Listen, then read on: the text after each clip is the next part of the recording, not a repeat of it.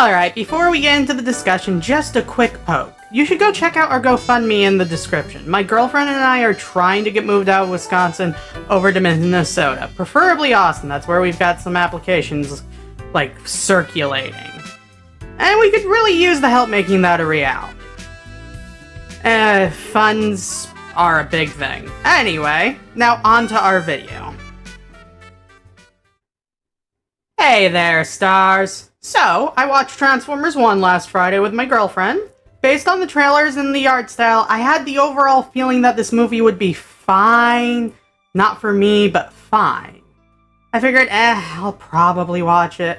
Given the theme of the channel, I ought to have some sort of opinion on it, right? Then reviews started coming in, really hyping the movie up.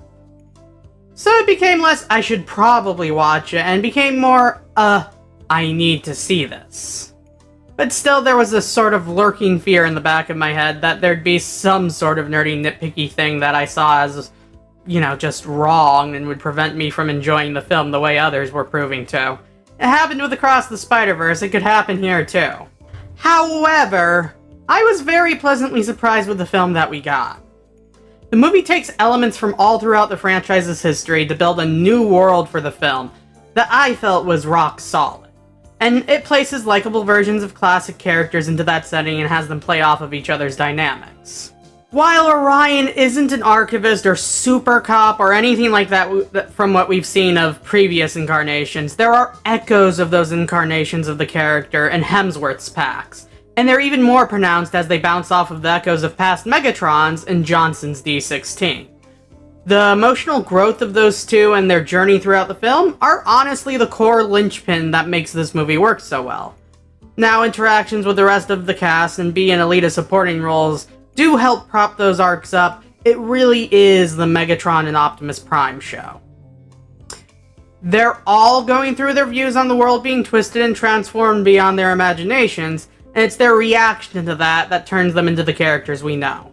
Now, I am not going to get into spoilers here because I really do feel like this film has to be seen to get the most out of it. There is just so much to gush about in terms of the themes and the sort of symbolism that you can read from the movie that I just can't get into without spoiling things. With a lot of the themes in it, you can definitely take a very trans reading from it. But a few quick notes to clarify some things, and, just alleviate some of those fears I had before we finish this up.